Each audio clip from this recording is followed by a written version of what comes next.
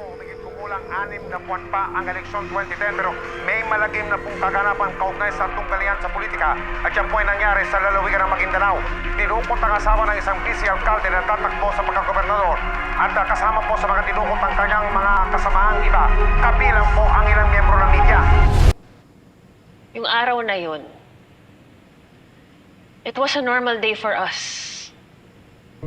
Positive na mahigit intent yung nakasama na napamilya roon. Meron nga ako na Mahilig talaga siyang mag-picture. Sobrang naging passion na rin talaga yun eh. Mahal na mahal niya yung ginagawa niya eh, kahit na late na siya nag-start as photojournalist. Anong media? Medya ka ba? Pupusin mo na yan. Puta na sila tanan! Napakasahol ng nangyari sa lugar na yun.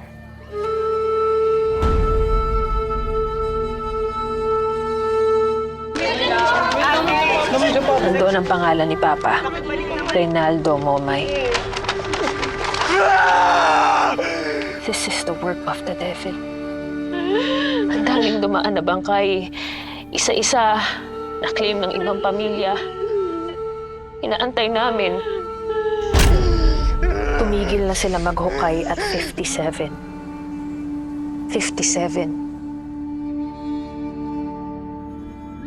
Lahat yun, 58 families. Kami lang yung walang bangkay. Kami lang.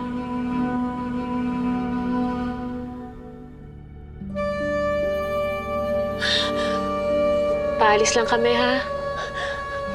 Huwag kang mag-alala. Lalaban pa rin tayo.